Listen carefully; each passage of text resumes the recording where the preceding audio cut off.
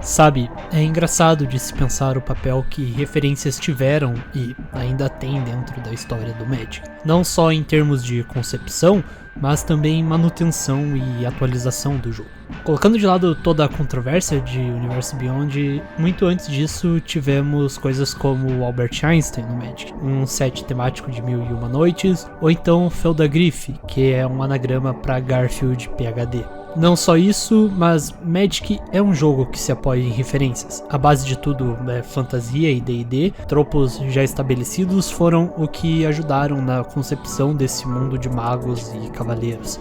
E conforme ele foi se expandindo, o jogo teve que buscar outras referências, seja na literatura, mitologia ou até mesmo em países e culturas do mundo real. Referências são usadas desde o mais básico nível de conceituação do jogo ou em forma de easter eggs, isso quando não são o tema de coleções inteiras, essas últimas que por sua vez tomaram de assalto o jogo nos últimos anos. Magic usa a influência de outras marcas para conseguir expandir a própria, o que talvez tenha sido uma das decisões mais acertadas da Wizards nos últimos anos, mas eu tenho certo receio sobre a assimilação de outras IPs pelo Magic. Não só pelo fato de que talvez seja o Magic que seja assimilado no lugar delas, perdendo lugar por uma coisa totalmente nova, um conceito totalmente amorfo e pós-moderno, que só seria possível nesse momento hiperconectado da história, mas principalmente por outros motivos que envolvem o desejo de um lucro infinito pela Hasbro e o que ela pode sacrificar para alcançar isso. Mas o fato é que Universe Beyond é um conceito dicotômico.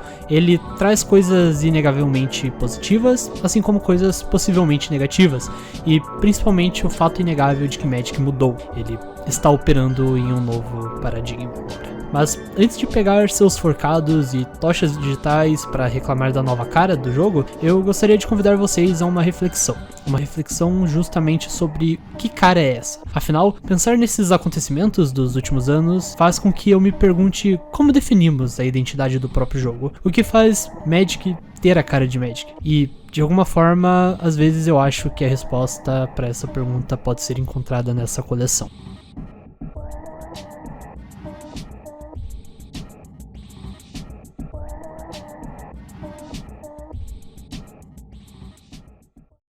Thunder Junction é um set curioso. A maioria das pessoas que eu conheço não exatamente gostaram dele. Isso porque ele é uma coleção com uma carinha toda esquisita. Nela, temos personagens já estabelecidos do próprio universo do jogo em uma situação inusitada e tematizada. Os Foras da Lei da Encruzilhada do Trovão é basicamente um episódio de praia onde um monte dos personagens de anime fazem uma aparição especial. A premissa da coleção é bem simples. Vamos pegar alguns personagens de vários planos e jogar eles em um cenário de faroeste, em uma espécie de história de haste onde eles estão tentando roubar algo muito valioso que está trancado em um mega cofre. A história presta homenagem a um gênero famoso de filmes, onde se monta uma equipe com personagens característicos e com habilidades específicas. O que por si só não é uma má ideia, mas acaba que toda essa premissa gera um problema estético. Retirar alguns personagens de seus habitats naturais, lugares onde pertencem e têm um papel importante na manutenção do status quo, gera um estranhamento. Claro, existe alguma explicação. Em algum momento da lore é dada uma desculpa para eles estarem lá, mas isso não tira a estranheza, não parece algo natural, como algo que surgiria naturalmente em uma narrativa, mas sim como um atalho que serve para pular direto para as conclusões que eles queriam. O foco das criaturas lendárias foi uma tentativa de acenar para o formato mais popular de Magic, o Commander. Usar criaturas já conhecidas e amadas pelos fãs não é só uma forma de reforçar a própria marca, mas também uma forma de apelar para nostalgias e sentimentos já pré-definidos. Porém, algumas pessoas reclamam como essa coleção ficou estranha e algumas até que não parecia com Magic. Eu acho fascinante como essa situação contrasta com o cenário de Universe Beyond, onde a principal crítica que esse tipo de coleção sofre é justamente a de que não parece Magic. No caso de Universe Beyond, é fácil de entender. Pegando Homem-Aranha, por exemplo, foi uma coleção ambientada em Nova York, uma cidade real que simplesmente foge de todo o escopo de mundo de fantasia que o jogo tem. E, nesse caso, também houve um problema estético, já que cartas como Hot Dog Cart e Guy in the Chair são cartas que não se parecem nada com qualquer coisa que Magic tenha aparecido antes. Já em Thunder Junction, a dissonância que as cartas geram em um primeiro contato vem do fato delas trazerem um sentimento de inverossímil, de forçado. Thunder Junction é Magic, mas não parece Magic, o que me faz questionar o que afinal é Magic. No meio de tantas autorreferências e chapéus de cowboys, uma carta em específico me chamou a atenção. Uma carta que é uma brincadeira, uma referência a um desenho infantil. Papaléguas, criado por Chuck Jones, é um desenho animado que foi ao ar no dia 16 de setembro de 1949. A concepção do desenho surgiu como uma vontade de parodiar os desenhos mais famosos da época, como por exemplo Tom e Jerry, desenhos onde eram comuns temas de perseguição e antagonismo entre os dois personagens principais da série.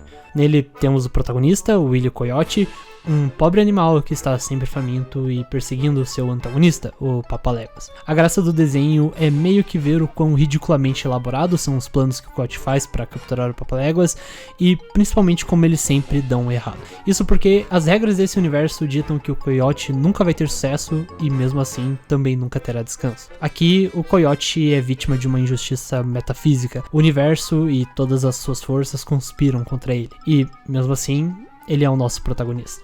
O que é algo curioso, uma vez que geralmente em desenhos infantis o protagonista é o mocinho, e eles sempre acabam sendo vitoriosos. Mas não aqui. O protagonista é um ser tentando suprir uma de suas necessidades mais básicas, que todos os seres vivos têm, tentando apenas seguir a ordem natural das coisas, vivendo em estado miserável de fome e, em resumo, ele é um fodido assim como eu e você, tentando fazer o seu melhor dia após dia e falhando. O Coyote é, tal qual Sísifo, uma figura fadada a repetir o seu martírio e tem nessa repetição a sua razão de existir. Seguindo o Ouroboros infinito de referências desse vídeo, de acordo com Albert Camus, escritor e filósofo do século XX, a figura de Sísifo representa a essência da condição humana. Segundo o nosso humano, vivemos em um mundo sem sentido e ordem, porém, como faz parte da natureza humana procurar sentido nas coisas, acabamos nos frustrando com o estado do mundo. Desse choque entre a percepção humana e a natureza do mundo, nasce o absurdo. Ao comparar nosso cotidiano com o de Sísifo, Camus aponta que, tal qual ele é condenado a empurrar a rocha montanha acima, nós somos condenados a repetir as ações do dia a dia, levantar, trabalhar, comer, estudar e dormir, só para no próximo dia repetir o ciclo novamente. Porém, Sísifo encontra paz em seu martírio, fazendo as pazes com a falta de sentido do seu feito diário e se apossando dele, encontrando nele o sentido da própria existência. Para Camus, isso seria a revolta sobre o absurdo do mundo, a decisão de viver plenamente enfrentando o vazio, encontrando sentido nele. É preciso imaginar Sísifo feliz. Parte do conceito de absurdo que Camus postula vem da ausência de um criador, de uma ordem maior que direciona nossas vidas, porém isso não exatamente se aplica ao Willy, já que ele tem um literal criador. Não só isso, é esse criador, ou o roteirista no caso, que diretamente dita os acontecimentos de sua vida. O motivo deles é bem claro: entretenimento alheio. Para o Coyote, rebelar contra o absurdo de sua existência passaria inevitavelmente por se rebelar contra seu criador, e por falar em um coiote se rebelando contra Deus, isso me lembra uma história que estranhamente se encaixa perfeitamente com isso. Vamos passar para a próxima referência.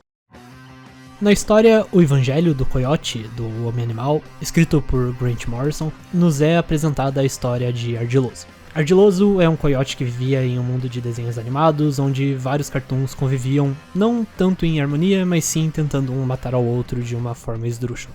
Um belo dia, Ardiloso se cansa de toda aquela violência sem sentido e vai confrontar o seu criador, que nesse caso é o quadrinista. Seu criador, por sua vez, diz que Ardiloso deve ser punido pelo ato de se rebelar contra ele, porém, como é um deus bondoso, ele garante atender o pedido do coiote trazendo paz ao reino dos desenhos, só que para isso Ardiloso deve pagar pelos pecados de seus iguais e sofrer no lugar deles como punição. Então Ardiloso é exilado no mundo real de um desenho animado, ele foi transubstanciado em um ser de carne e osso, seu sofrimento, que antes era cartunesco, agora se tornou em algo visceral e realista, e tal qual Sísifo, ele deve sofrer seu martírio dia após dia. A história do quadrinho começa mostrando um caminhoneiro que está dando carona para uma jovem qualquer que sonha em ser atriz. Viajando pela estrada, ele acaba atropelando o coiote, que, por se tratar de uma figura estranha, o caminhoneiro opta por acreditar que foi apenas um animal e segue viagem sem olhar para trás. Um ano depois, tudo deu errado na vida do caminhoneiro, ele perde seu companheiro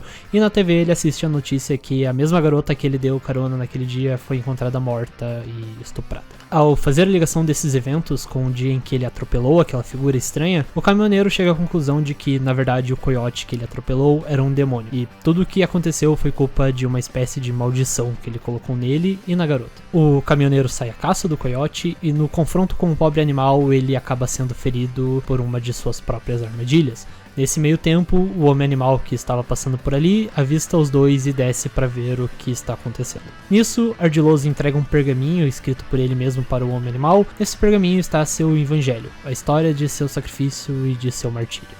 Ao pegar para ler o pergaminho, o homem-animal fica confuso, já que o mesmo não entende nenhum dos rabiscos feitos pelo animal. Nisso, o caminhoneiro que está praticamente morto acaba dando um tiro no coiote, que, como tinha cumprido o seu objetivo de passar o seu evangelho adiante, acaba morrendo, dessa vez sem mais repetições, podendo enfim descansar. Se para Camille o absurdo vem da ausência de sentido do mundo, o coiote sabe que o mundo é regido por uma vontade superior. O sentido do mundo é guiado pela vontade de seu criador. Portanto, o absurdo de Camille talvez não se aplique. Talvez Ardiloso não seja Sísifo, mas sim outra figura mitológica. Um paralelo muito claro que o quadrinho traça com o coiote é com a figura de Prometheus. Sim, aquele maluquinho que desafiou os deuses, roubou a chama e entregou para a humanidade e em troca foi condenado pela eternidade a ter uma águia comendo seu fígado, que dia após dia se regenera e dia após dia é devorada novamente. Ambas as figuras são parecidas, ambos são torturados por toda a eternidade devido a algo que fizeram contra os deuses, porém a diferença fundamental entre eles é que enquanto Sísifo fez o que fez por arrogância, Prometheus desafiou os deuses por um bem maior, a fim de entregar o conhecimento para as pessoas. A partir do momento em que tomou sua decisão, ele estava ciente das consequências, mas mesmo assim tomou o risco. Camille diz que Prometheus é o exemplo de homem revoltado, que luta pela razão para criar uma ordem mais justa das coisas, tentando assim invadir o domínio divino. Dito isso, Magic the Gathering. A carta Coiote Sagaz é uma criatura do tipo coiote, custando uma mana genérica e uma vermelha. Ela tem tramar pelo mesmo custo e ímpeto. Quando ela entra no campo de batalha, outra criatura alvo que você controla recebe +1/+1 e ímpeto até o final do turno. A princípio, a única referência ao desenho é o fato da carta ter ímpeto e o coiote viver correndo atrás do Papaléguas, que não é lá grande coisa como referência, mas isso não é tudo. A referência em si se concretiza com essa outra carta. Papaléguas existente é uma criatura do tipo ave, com ímpeto e proteção contra coiotes. Você pode pagar 3 manas e fazer com que ela não pode ser bloqueada nesse turno, exceto por criaturas com ímpeto. É incrível como essas duas cartas têm um design sofisticado e também como se completam. Uma não faria sentido sem a outra. Começando pelo fato das duas terem ímpeto, o que demonstra o fato de ambas viverem correndo em um estado de perseguição. E então vemos que o Papaléguas tem proteção contra coiotes, o que simboliza a busca infinita e impossível do coiote, já que o Papaléguas é, por definição, inalcançável. Seguimos lendo a carta do Papaléguas e vemos que a sua habilidade ativada faz referência à própria natureza do animal, já que seu nome em inglês é Roadrunner, o que significa corredor da estrada, então faz sentido que, para alcançá-lo, a criatura precisa ser veloz, caso contrário, não seria páreo para ele. Voltando para a carta do coiote, vemos que ele tem tramar, o que é uma referência à astúcia do personagem no desenho animado, uma vez que a habilidade que ele tem para tentar se equiparar com seu rival é a sua astúcia e seus planos criativos. Outra coisa que chama a atenção é o fato que ele pode dar ímpeto e +1/+1 para outra criatura, o que possibilitaria essa outra criatura conseguir pegar Papaléguas caso tramar fosse uma habilidade que pudesse ser jogada em instant speed, mas como isso não é possível, não importa o quanto o coiote trame, ele nunca será capaz de pegar o Papaléguas. E, ok, essas cartas são apenas uma brincadeira, mas elas me levantam algumas questões, e a principal dessas questões é a de por que criaram essas cartas, por que fizeram essa referência, porque colocaram ela aqui nesse set que não teria necessidade de ter isso, já que não é nenhum Secret Lair ou algo do tipo. E a resposta sem fundamento em que eu cheguei é a de que, bom, fizeram isso porque os desenvolvedores do jogo quiseram, porque eles gostaram e acharam divertido. A decisão de quais IPs que serão adaptadas para o Magic vem de cima para baixo. E eu me pergunto como isso impacta o processo criativo e de design desses sets, já que para um set normal, em teoria o processo de desenvolvimento é todo interno. Existe um processo de planejamento a longo prazo, enquanto o Universe Beyond está sujeito à disponibilidade dos direitos autorais e fatores externos. Eu sei que o Mark Rosewater falou no Twitter que eles estão trabalhando em coleções de Universe Beyond que, em teoria, iriam sair até 2030, o que denota um certo planejamento por conta deles, mas a forma como Avatar mudou de data de lançamento e Homem-Aranha simplesmente inflou de tamanho me faz questionar a consistência disso. E note que eu não estou em momento nenhum criticando a identidade visual ou qualquer coisa do gênero, mesmo eu sendo uma daquelas pessoas chatas que reclama de Universe Beyond e toda oportunidade que tem. No final do dia, essa foi uma escolha acertada que a Wizards tomou para manter a longevidade do jogo. Se você, assim como eu, não gosta da estética de algumas coleções, bom, paciência, você pode só pular esse tipo de set e com certeza continuar reclamando quando a Wizards e Hasbro fizeram algum tipo de cagada. Se Magic virou Fortnite, então, bom, Fortnite é o que nos resta. Faça você mesmo um balanço entre prós e contras e continue aproveitando o Magic da melhor forma que você puder. Eu ainda prefiro o Magic sendo Magic, mas, ei, não é o fim dos tempos, o que também não significa que tudo é um mar de rosas. Como eu já disse, Universe Beyond existir por si só não é um problema, o problema é outro. O motivo da Hasbro ter pivotado para essa estratégia de usar e abusar das propriedades intelectuais de terceiros é primariamente para conseguir expandir sua base de jogadores. O que por si só não é um problema, afinal, para um jogo continuar existindo, ele deve continuar sendo jogado. E para isso, novos jogadores são importantes. Porém, esse não é o motivo de tal preocupação em expandir suas bases. A Hasbro está atualmente funcionando sobre o paradigma de expandir os lucros de Magic por um simples motivo: ela está falindo. Bom, mais ou menos. Grandes empresas operam em uma lógica de crescimento infinito e uma realidade finita. Para o mercado, para os acionistas da Hasbro, não interessa que a empresa tenha uma renda estável, mas sim que a renda dela seja maior que a do último ano, e isso ano após ano. E acontece que atualmente Magic é a única parte da empresa que está gerando lucros, então eles precisam desesperadamente aumentar esse lucro que vem dali. Não só para pagar pelo prejuízo das outras partes, mas também para fazer um número imaginário subir em algum gráfico para agradar acionistas. E para aumentar o lucro, eles devem vender mais e também diminuir os gastos, e foi numa dessas que a tradução para português rodou, e numa dessas que Magic deixa de ser um jogo e se torna uma busca incansável por mais e mais lucro. Uma jornada que nunca vai chegar ao seu destino. Uma vez que rolarem a pedra montanha acima, ela vai voltar para a base da colina e tudo vai se repetir. Só que dessa vez eles vão partir em busca de mais.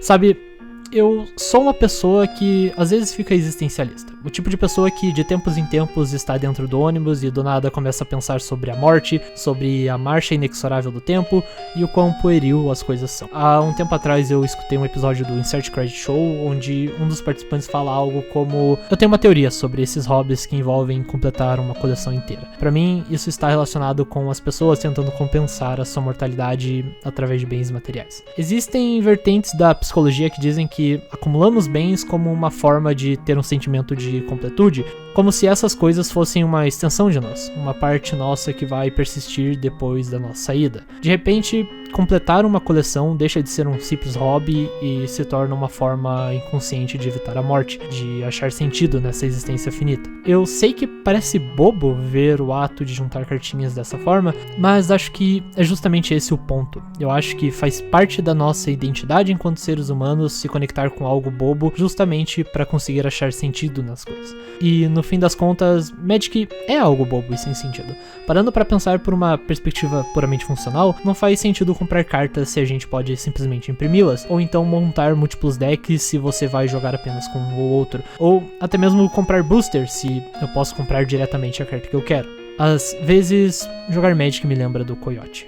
Estamos correndo atrás de um objetivo que nunca pode ser alcançado, tem uma empresa maluca que explode as coisas, um ciclo incansável de repetir a mesma ação diversas vezes e por aí vai. Olhando através de uma lógica existencialista e tentando aplicar a perspectiva que Camille teria sobre isso, jogar Magic é meio que algo absurdo.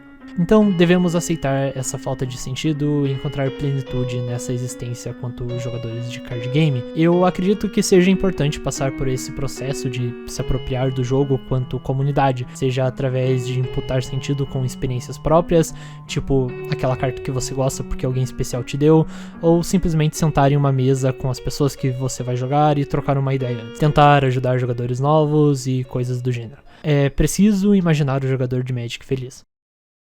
Porém, uma coisa ainda parece fora do lugar. Mesmo que ressignificamos o jogo quanto jogadores, ainda assim ele pertence a uma empresa. E muitos dos problemas que ele tem são provenientes não de uma questão filosófica sobre o sentido da vida, mas sim por conta do capitalismo. Magic é um jogo com toda uma gama de fatores e nuances. É praticamente um evento social cheio de dicotomias e problemáticas. Muito mais complexo que o jogo que tem milhares de cartas e infinitas combinações entre elas, é a quantidade de fenômenos parasociais que esse mesmo jogo comporta. É fácil olhar para Magic e todas essas questões e achar que estamos diante de um Ouroboros, de um círculo sem fim, de um jogo e comunidade que ficam correndo em círculos.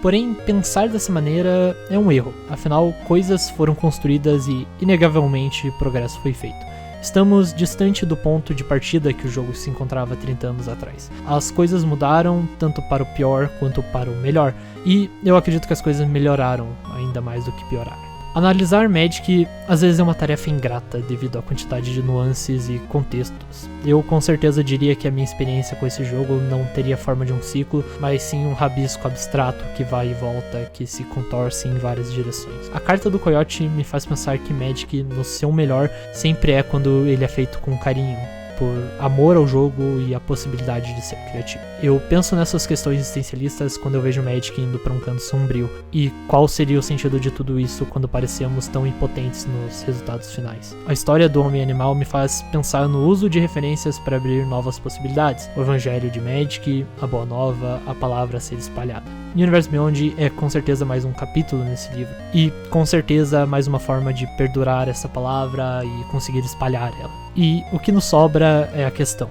Assim como o ardiloso passando sua mensagem adiante, o que dessa história vai ser entendida no final de tudo? Qual vai ser a mensagem que vai ficar quando a última bala for disparada, quando as luzes forem apagadas e o último jogador trancar a porta? É de se imaginar qual seria a mensagem que vai nos restar do Magic.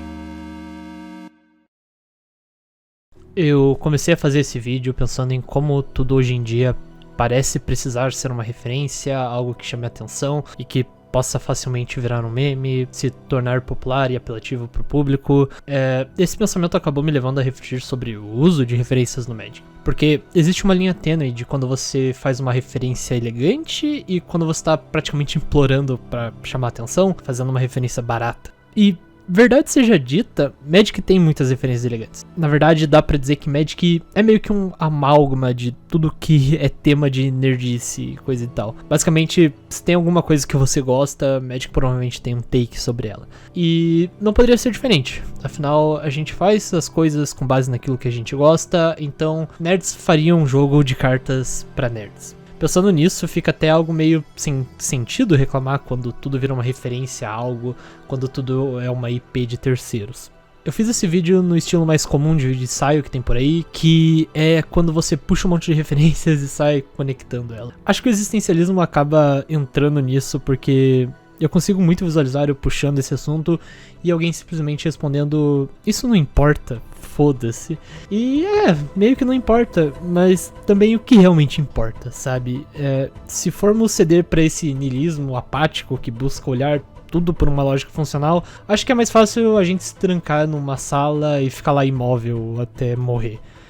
Jogar Magic importa justamente porque somos jogadores de Magic. E essa é a nossa sina. A gente escolheu se importar, justamente porque a gente precisa de coisas pra se importar. Magic é esse aglomerado de referências, e a cara do jogo tá em constante mudança. Mas isso não significa que devemos aceitar qualquer coisa, ou então recusar tudo que não nos agrada. No final, Magic tem cara de Magic porque é Magic. Assim como no final somos jogadores de Magic. Obrigado, deixe um comentário, se inscreva e deixe um joinha.